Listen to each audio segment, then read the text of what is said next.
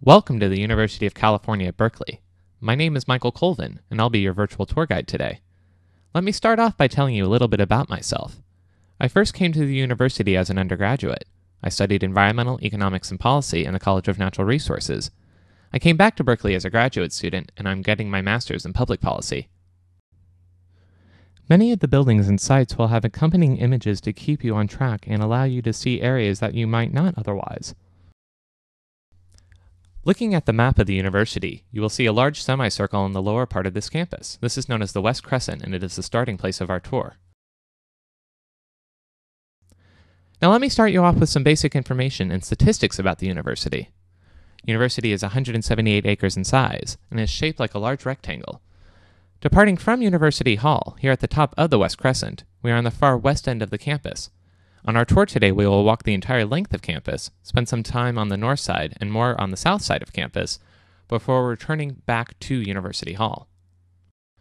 In addition to the 178 acres of our central campus, there are another 1,232 acres that the university owns up in the Berkeley Hills, which you can see from this spot very well.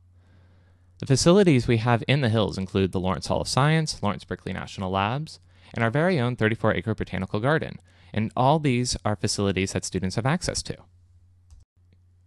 UC Berkeley was founded in 1868 as the College of California in neighboring Oakland, California.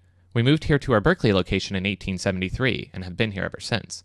Now we are the first UC, we are the largest, and we are considered to be the flagship of the UC system. Berkeley is currently ranked as the #1 public academic institution in the world. If you were to ask in terms of all universities, it depends on who's ranking us and with what metrics. U.S. News & World Report ranked us at number 20 in 2005. The London Times in 2004 ranked us as number 2 worldwide. What's probably a more tangible fact is that of all of our degree-giving programs, each of them is ranked in the top 10 of their respective fields. As I just mentioned, Berkeley is the first member of the larger UC family. Currently, we have 10 campuses in California. Admissions to a UC is based on a process of UC eligibility. UC eligibility is designed to ensure that all entering students are ready for university-level work, and is a combination of a number of factors, including GPA, test scores, and essays. The university has approximately 33,000 students, 23,000 undergraduates, and another 10,000 graduate students. I want you to put a mental asterisk next to this number because it sounds deceptively large. Later on in the tour, I'll talk about how the students are broken down. But when you combine the number of students with the total number of faculty at 1,600 and staff at 11,800, you get a sense that the campus is a small city. Right now, we're standing at the West Crescent on the far west end of campus.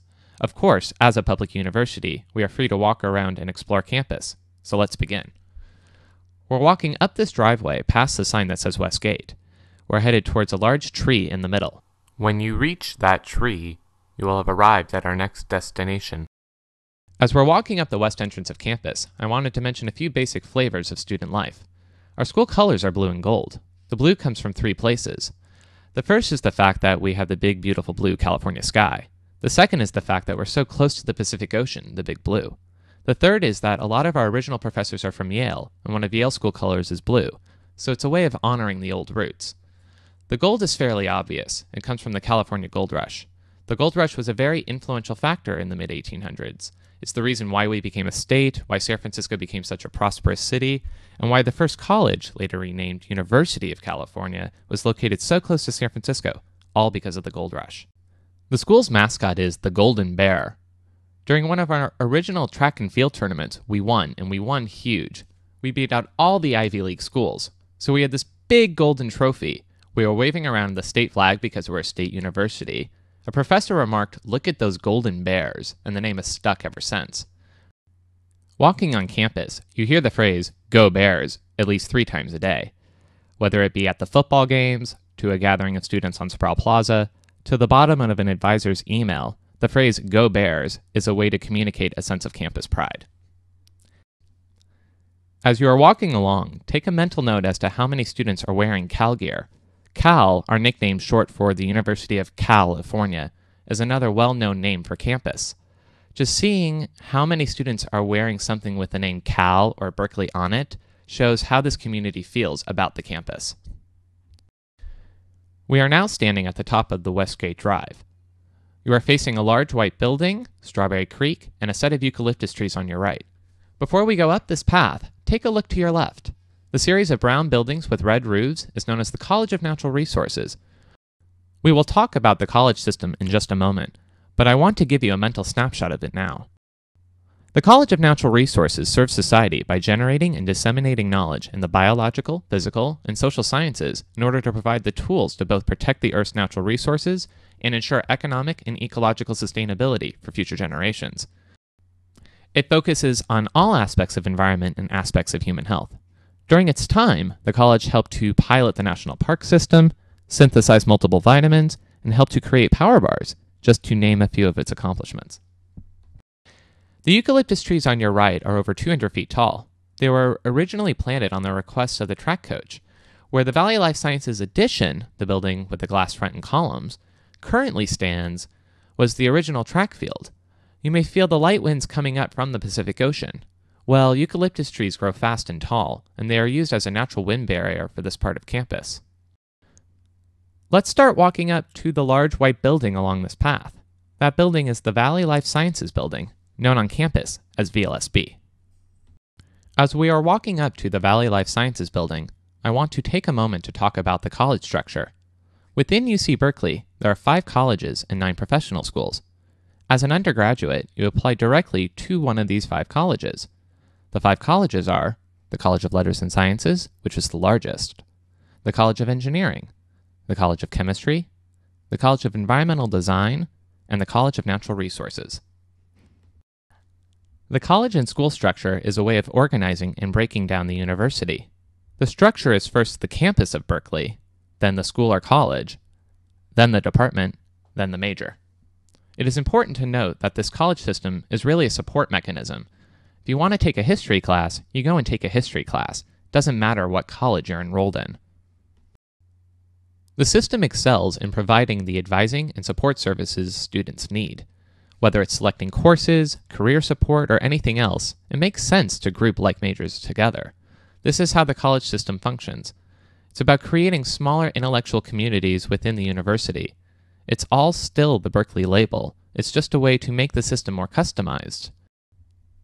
During my entire time here at Berkeley, I never felt that I was being forced into a mold.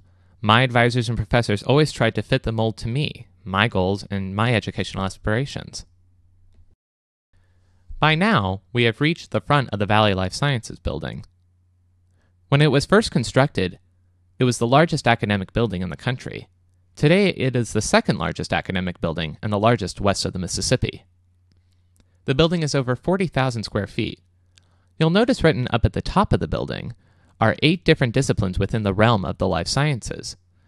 Originally, all of these fields were housed in this building. Of course, as the campus grew, we expanded out of the building, but the roots are still honored. Inside of VLSB, you'll find 40 state-of-the-art undergraduate teaching labs, the Koshland Bioscience and Natural Resource Library, one of our subject-specific libraries on campus. More on this later. You will also find the Jepson Herbaria, the Museum of Vertebrate Zoology, and the Museum of Paleontology. Inside the main foyer of the building and in front of the Museum of Paleontology is a full-scale model of a Tyrannosaurus rex, nicknamed Osborne. The model is the most complete skeletal structure of a T-Rex ever found. It was discovered by university professors in Montana in 1990. The nickname Osborne comes from the binomial name that is listed next to the T-Rex skeleton. Henry Osborne, who discovered and described the first T-Rex in 1905. Students not knowing this saw the name on the identifying information and subsequently nicknamed the T-Rex, and it's stuck ever since. I joke that Osborne guards the Museum of Paleontology because it's not a museum in the conventional sense. There are no exhibits. Rather, it's a research museum. It has one of the largest paleontology websites and teaching resources on the internet. It is only open to the general public 1 day a year, and that's on our open house event, Cal Day, which happens every April. I invite all of you to go inside VLSB, get your picture taken with Osborne, and look around. When inside, please remember that this is a working academic building. There are also public restrooms in the ground floor of the building if you need them. When you're done, come back outside and resume your audio tour. We are going to head east now up the hill to the large cement building that you see in front of you. From this angle, you'll see a large outdoor patio, maybe with some students drinking coffee on it and a wavy sculpture above the patio. Walk along the path to the right of this building. This will be our next destination, which is the Moffitt Undergraduate Library. As we are walking up, you'll notice one of my favorite aspects of campus. You'll observe Strawberry Creek on your left-hand side, with a grassy field on the other side of it. Strawberry Creek runs all the way from the Berkeley Hills, which you see way in the distance, down through campus dissecting it, and into the Pacific Ocean. This is all just a small part of what gives the Berkeley campus a special feel. Then as soon as you step off campus, you're in the middle of a vibrant cultural hub of the city of Berkeley.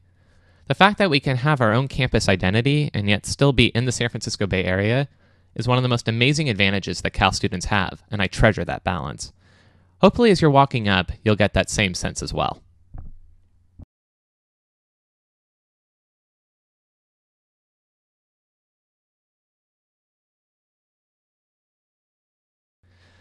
We're now at the right of the cement building that I've been directing you to, and as you face it, you'll see the side of the patio to your left. This is the front entrance of the Moffitt Undergraduate Library. It is one of the busiest undergraduate libraries in the United States. It's named for James K. Moffitt, class of 1886, regent from 1911 to 1948. Now, while this is just one of the 24 libraries that undergraduates can use, it has collections and services that are tailored to undergraduates.